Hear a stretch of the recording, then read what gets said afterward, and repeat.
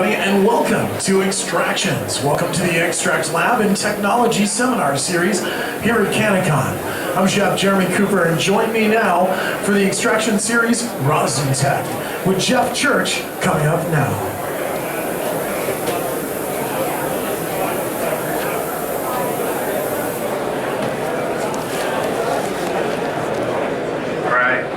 Welcome everybody. Good to see you all out here. It's wonderful to have so many people interested in rosin. So let's just start off. Rosin is an extract of cannabis that is obtained by heat and pressure. So you don't need to use any solvents whatsoever to do the extraction, and you get a product that is edible or dabbable, very high in purity, with very little effort. So some of the key advantages of rosin, it's very inexpensive to produce. All you need is a flat iron, which is the original piece of equipment that was used, so a hair straightener, a piece of parchment, and some cannabis or hashish. Those are the main things, and right away you're able to easily extract small quantities of hashish, or rosin rather, from hashish cannabis. So it's perfectly suited for the home user. It's a fast extraction process. It only takes 30 seconds to a minute to get a full extraction of a cannabis flower or hashish, and there's no purging that's required, with butane or other hydrocarbon solvents, or with ethanol extraction. You need to do a purge process to it, which takes time and actually takes terpenes away from your extraction. So rosin has the advantage there. So rosin, where did it come from? Rosin's kind of been around for a long time, but really 2015 is when it broke into the scene. When cannabis consumers really started knowing what rosin is. So on this slide here, I've got a picture from 2006, Compassion on IC Mag. He came up with a method of taking hashish and rubbing it on a steel bowl.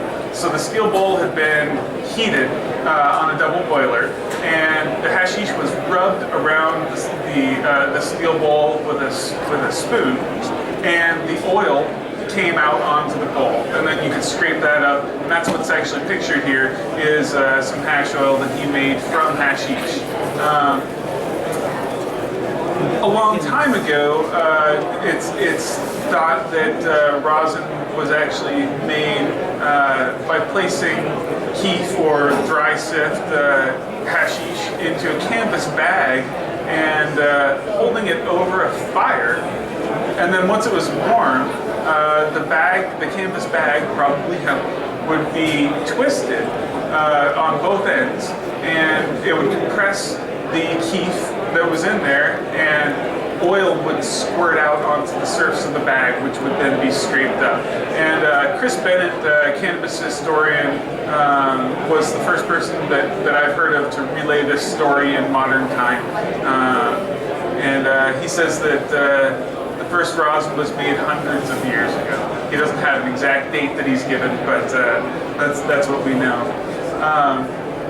Hashish pressed in Morocco, also on heat presses, would extrude a red oil that would be scraped from the pressing plates. So when they were preparing hashish for commercial export, and at the end of the day, they'd scrape this red oil off. It was very sought after by people on the hashish trail, and it was really the first hash oil out there, but it didn't really gain very large popularity because there was so little of it. It didn't make it very far from the hash press. And then fast forward to 2015, and a guy named Soil Grown on Instagram, he squished a bud in between parchment paper with a flat iron and posted this picture on Instagram. It went viral, and pretty much in the first couple months after that that was posted, the majority of the hash makers out there that are on the Instagram social network had tried this method and came out with a really, really high quality hashish from something that was, you know, mediocre quality hashish before. So soil grown, he really pioneered the bud squishing. And then I saw it, a friend of mine on Instagram, Barry's Bubble, actually was the first person that I saw post a squished bud. And that really kind of sent my mind going. I'm like, oh man, this is something I've really got to try. As soon as I got to a flat iron, I tried it out, squished out, you know, maybe an eighth or so of flowers, and you know, came up with a really, really nice product. It wasn't very large in the amount that you can produce from a flat iron, but it was something that was enough for myself to consume. At the end of that week, the first week that I was making rosin from flowers, I went down to visit a friend of mine, Milton Bubbly, on Instagram, and he and I have been making hashish for years. He was actually there the first time that I made bubble hash back in 2001. He's, you know, kind of, we've been good friends for a long time and loved hashish together for a long time. And so we were sitting down and using soil grown's technique. We were pressing hashish into a ball and then putting that onto his t-shirt press. So it was a heated t-shirt press, and pressing rosin out of that. Now, the problem that we came up with was with hashish, you've got a lot more hash oil in there than you do with flour. So you have contaminant that wants to run with your rosin. So you can get, on a 6-star rating system, you can get a 5-star from a 3-star precursor material fairly easily. But you couldn't really get that 6-star unless you were very meticulous about picking out just the part that didn't have contaminant in it. And so we said to each other, hey, we need a filter. We need some way to hold back this material. And Milton Bubbly, he said, you know, I've got some 25 micron pressing screens that came with my bubble bags. Let's wrap some hash in there and try it out. And the hash pressing, or the rosin pressing in a bag technique really was born at that moment. You know, it enabled us to easily take something that was, you know, even a 2-star quality and make that into something that was 6-star, meaning that it would melt completely. There wasn't a contaminant residue left over. So for home production, it's a fairly simple thing.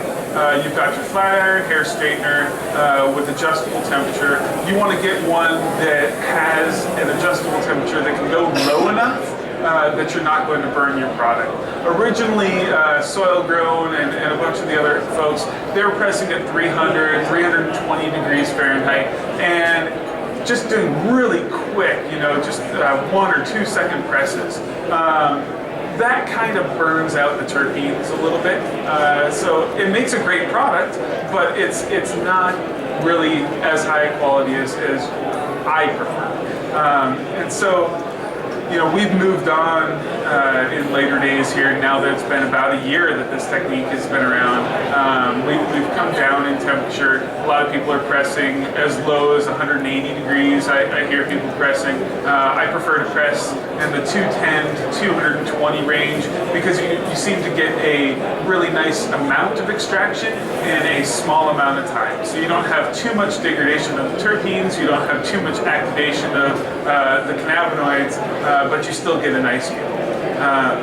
So for home production, it's pretty simple. Flat iron with adjustable temperature, parchment paper, or silicone mat, or Teflon sheet. All of these things work well. I prefer parchment paper. It seems to be the best thing that I've come up with to use.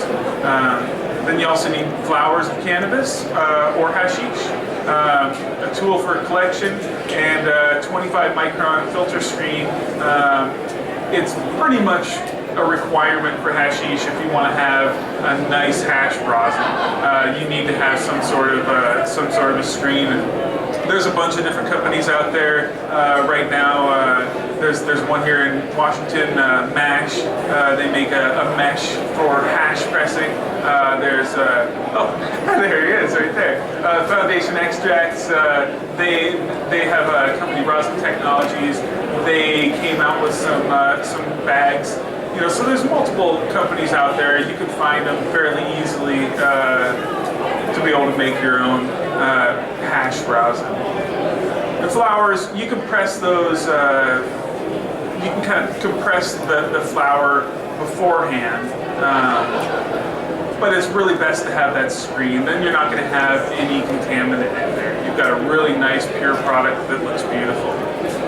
So for flour rosin at home, I press flowers at about 230 degrees on my flat iron when I'm doing that, because that's the lowest temperature that the one that I have goes to. It's about a 5-second press between parchment, and then I like to repeat that so that I'm not overburning the rosin as it's coming out, but I can rather press 3 times and get 3 different grades. So you've got that really nice first cream that comes out, and then it degrades, it gets a little bit darker, a little bit less terpene rich as you press it. And then collect the rosin and dab it. It's a fairly simple process. This is some rosin that I produced. This is from dog shit. A horrible strain name, but it's lovely, lovely cannabis. Very, very good for asthma. Here's some more. This is from some shroom. And then there, you know, hash rosin. It's kind of a whole different beast. You know, it gives you the ability to have just the resin heads, which is really where the cannabinoids and terpenes are that you're seeking. Have them as your precursor, so you don't have all of the waxes and chlorophylls and things like that that would contaminate a flower rosin with hash rosin. It seems that hash rosin's a bit more stable. You have less issues with buttering of your hash rosin, but at the same time, hash rosin is going to be slightly inferior to flower rosin as far as terpenes. There's a lot of terpenes that are contained within the plant material, and when you sieve the plant beforehand, you kind of lose access to a lot of those. So hash rosin is pretty simple. You know, you just wrap it up in a 25 micron pressing screen, or slip it into a pressing screen pouch that these guys are making nowadays. And at home, you know, I like to press that on my iron at 230. Like I said, 210 to 220 is a nice temperature for kind of more of the commercial scale presses, where you can dial down that temperature really precisely. But at home, when I'm doing it, 230 degrees for 10 to 30 seconds, and then just like with flour, I like to repeat that instead of going for 3 times the length and getting a full extraction. I like to have 3 different presses, and then collect that rosin and dab it. Here's some beautiful hash rosin that I made. Another good example. This rosin right here was made by Ken of the Milts, and this was from back in April of last year when I was out at the High Times Cup in Denver. This was one of the entries that they had entered. Here's a beautiful, clear example of some rosin that Tony Vazura made from, I think this was made from like a 5-star hash. So really, really high quality hashish can be made that much better by pressing it in some screens. This right here is some SFB-OG from Moxie down in California. I saw them as well out at the Cup in Denver. You can get all kinds of different textures out of it. The previous ones were shattered. This one right here is a butter, and so it just auto buttered the the consistency of this hash. kind of lent itself to that. You can do different techniques to whip it and kind of get the consistency in your product and make a really nice butter. This one right here is a Girl Scout Cookies hatch rosin, quite beautiful in its clarity, and an AFGUI hatch rosin as well. So when we were first pressing, you know, the idea that came about was really pressing with this flat iron, right? It didn't really give us very much room to make a high amount of product. And so right away, really, we moved over into a medium-sized production. You know, it was within a week for me. I went down and visited, this is Milton Bubbly right there, Space, and went down to visit him down in the Bay, and we kind of came up with this technique, and he said, you know, I don't have a flat iron, but I've got this t-shirt press, and it was really the first time I had ever seen it. The t-shirt press on the other side with the orange, that is actually Soil Grown's first t-shirt press, and he beat me by 3 days to Instagram with his post. So he was out there, I hadn't even seen his post at the time, and so we were right neck and neck there with each other. So there's all kinds of different companies out there that are making rosin presses, and you know, I just wanted to highlight this one. This is the very first commercial press that was out there, and this is Foundation Extracts.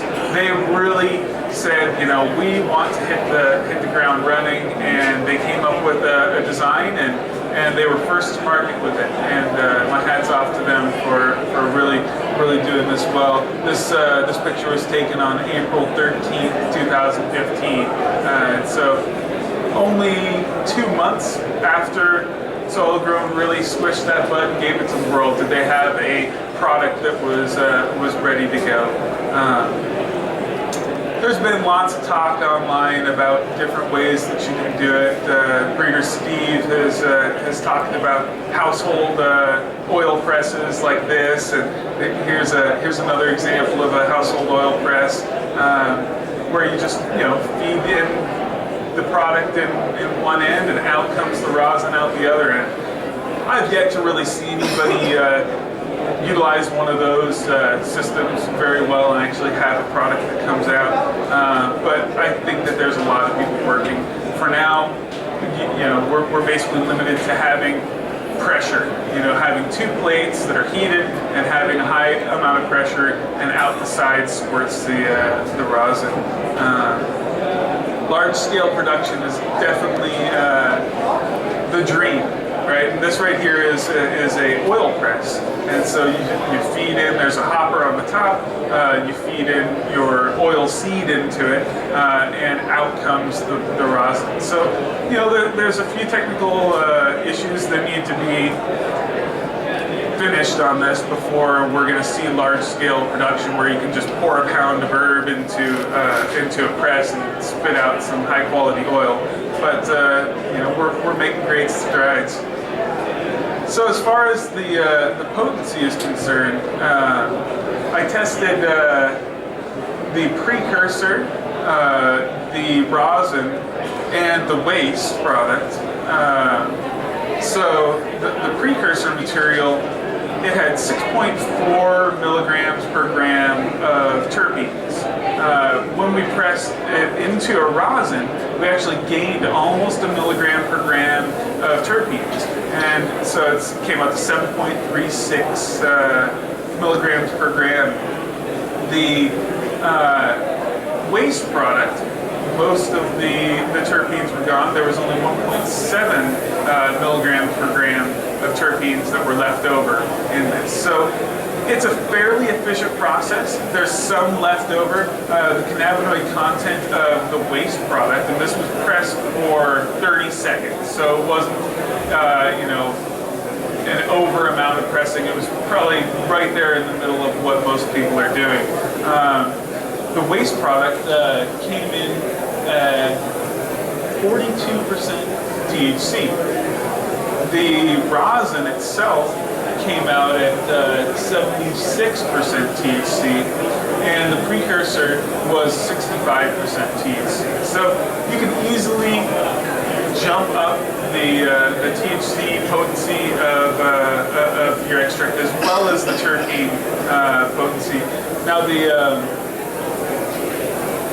activation of the cannabinoids really didn't jump very much at all. There was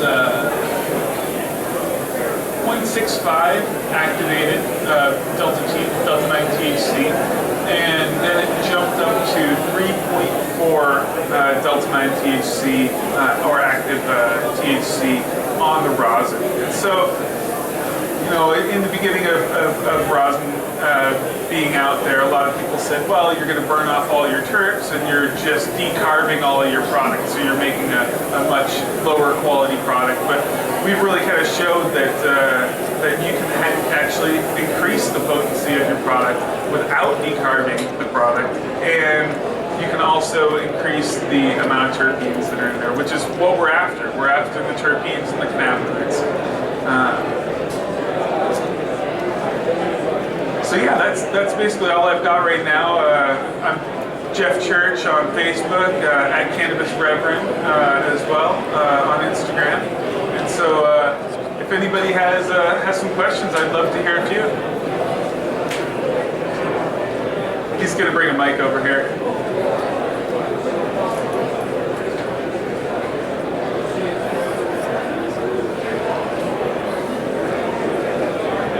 Hi Jeff, thank you for your information, very appreciated.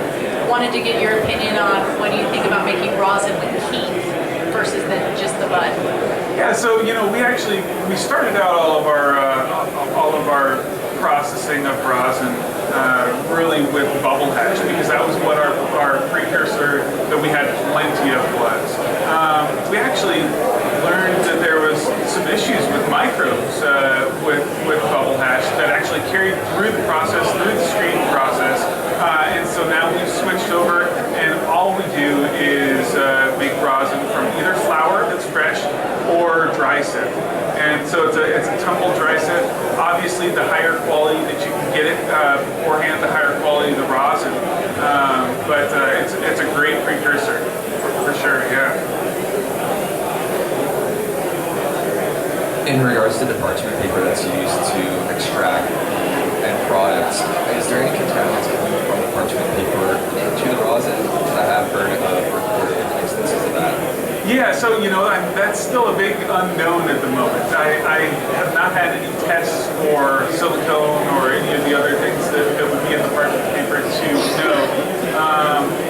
You know, what we do when we're pressing our rosin is we're only using the parchment paper once to make sure that if there's any pressure that's applied to the paper, if there's any disturbance, we'll get the hashish off of there.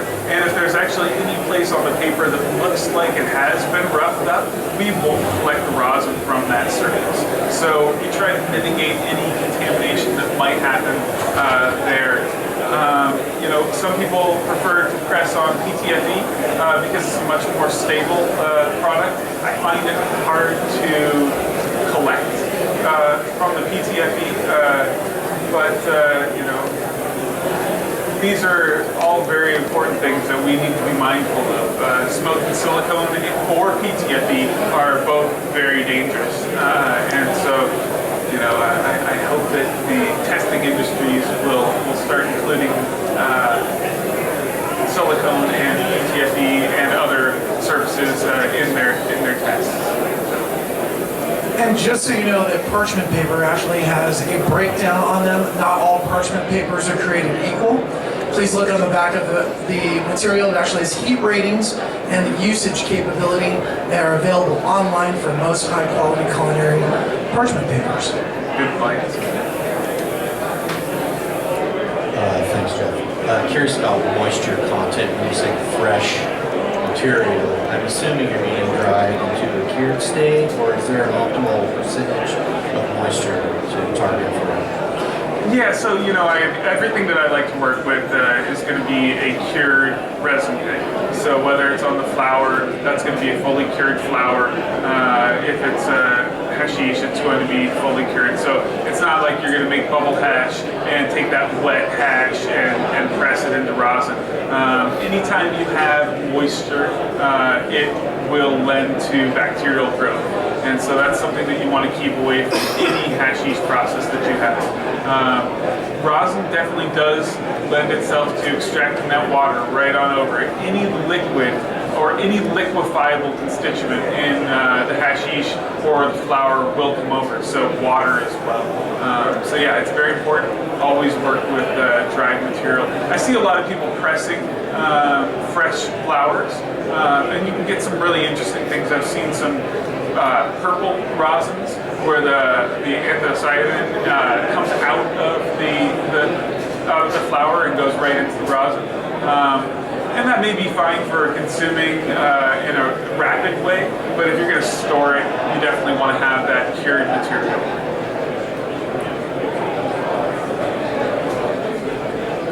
Two questions.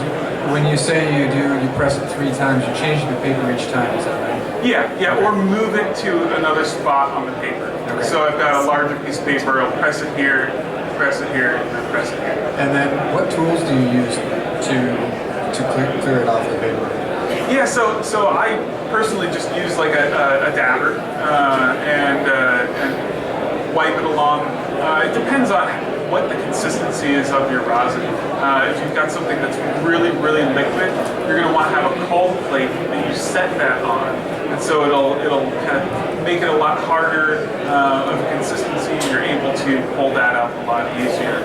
And then on the other side of it, if you've got the hash rosin that's very, very stable, very shattering, you can have a hot plate and use that to be able to get it off. Personally, my favorite method of collection now is the Tech. And so what you do is you take a parchment and you wrap that around a screen, right? And so it's just like an enchilada. It's open on both ends, and you have the 2 ends sticking out either side of your pressing plates, right? And so you press it, and out the sides squirts the rosin. So you can just replace the screen in there and continue to press, and you pile up a large pile of rosin, so you don't really have that much to collect. You can actually just fold it over and bam, it's collected.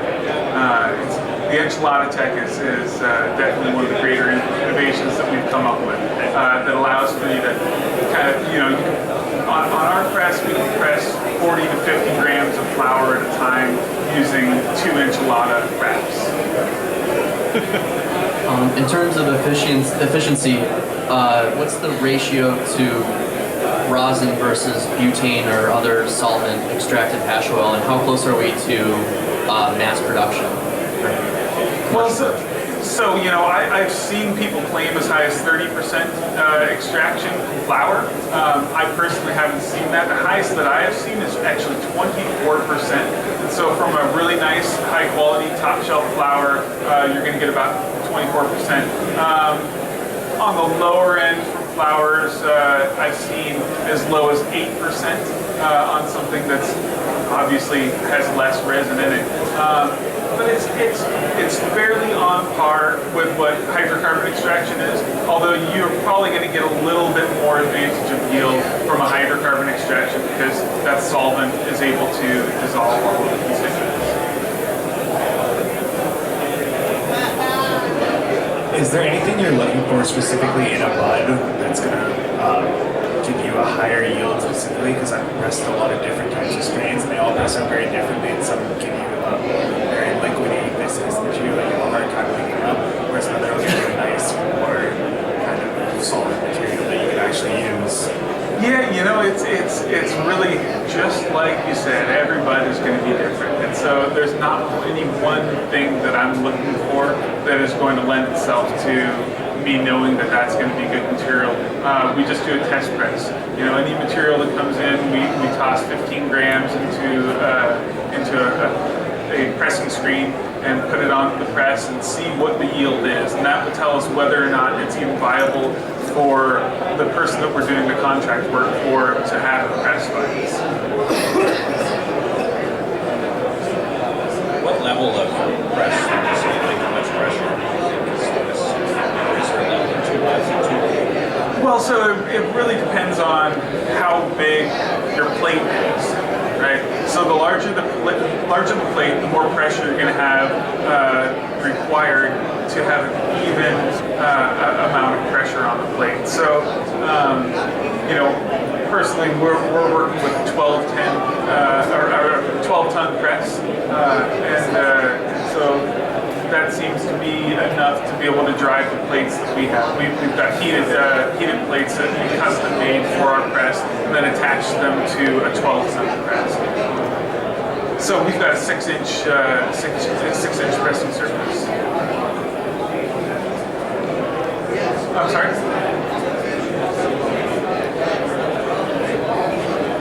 Oh, 12 tons. Yeah, exactly. Yeah, 210 degrees, and that's where we like to do it. Sometimes we'll go a little bit higher, but generally 210 is where I've found you've got a really nice terpene preservation, and it's not going to darken up the material, but you still get a nice yield.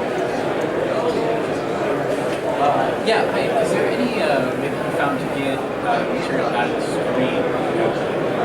Oh, to reuse the screens. Well, like to reuse, or because every time I do it, it seems like it's kind of sticky. Like there's product gets stuck in there. Is there any way to get that? Yeah. So what we do is we let the screens cool. So that they're a little bit more brittle, less sticky, and then we pop out the plant material that's in the screen, and it goes into an ethanol vat, and we wash the screens that way. Other people that I know that are reusing screens have been oiling the screens. I have not personally tried that out yet, but ethanol seems to work, and we reuse our screens until they bust. So. If you also want to keep your screens a little stable, ultrasonic technology is an excellent way to go. You can purchase an ultrasonic unit for as little as $50 to clean your screens. With butane and such, you don't have to worry about so much with molds. Now, is there a problem with the rosin thing? Is it absolutely clean or not? Well, yeah. So with butane, you hit the nail right there. It's going to extract the cannabinoids. It's going to extract the terpenes. It's going to extract the constituents in mold, but the mold itself will not be viable for growth after you do the extraction with those hydrocarbons. With rosin, it's completely viable. It goes right on through a 25 micron screen. Bacteria is usually a lot smaller than 25 microns, and it's going to be very much alive. It's a live product rather than something that has that life capability. Okay, thank you. It would seem, since you're not exposing the cannabinoids to any butane or anything, that you could use the leftover product in multiple ways. Have you experimented with multiple ways of using the leftovers? Yeah, definitely. We do some ethanol extraction and use that for precursors in other products that we're making, for sure. Yeah, there is waste, but it's only waste if you don't reprocess that.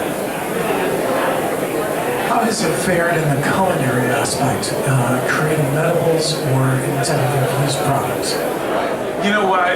We just did the extraction, so we haven't really experimented too much in edible products with that.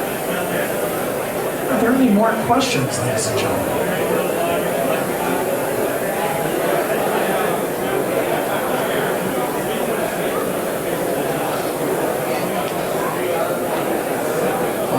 You spoke about techniques to differ the consistencies earlier, whipping. Yeah. Can you elaborate on those? Yeah, so a lot of times we'll find a product that has a little bit of buttering happening. So there's this synergy that happens with terpenes and water and cannabinoids, and it's really a solution that you have of all three. And when one of them starts going away, so when water or the terpenes start going away, you get crystallization of the THC and other cannabinoids.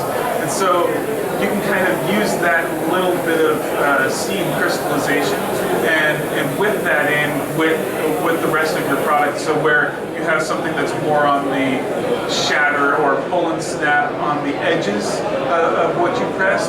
You've got a little bit of nucleation happening where the crystallization is happening. You just whip that all together and it'll make a nice consistency like hang time. That's going to be right after, immediately after the press? You can do it anytime during the process, honestly. So I've done it a week later, where I come back to something and I see that it's had some nucleation happening and not quite all of the product is stable. I'll whip that all together so that it's a really nice even consistency. And the butters, they're really nice. I feel like there's a large presence of terpenes in butters, and that's part of what is lending them to have that crystallization.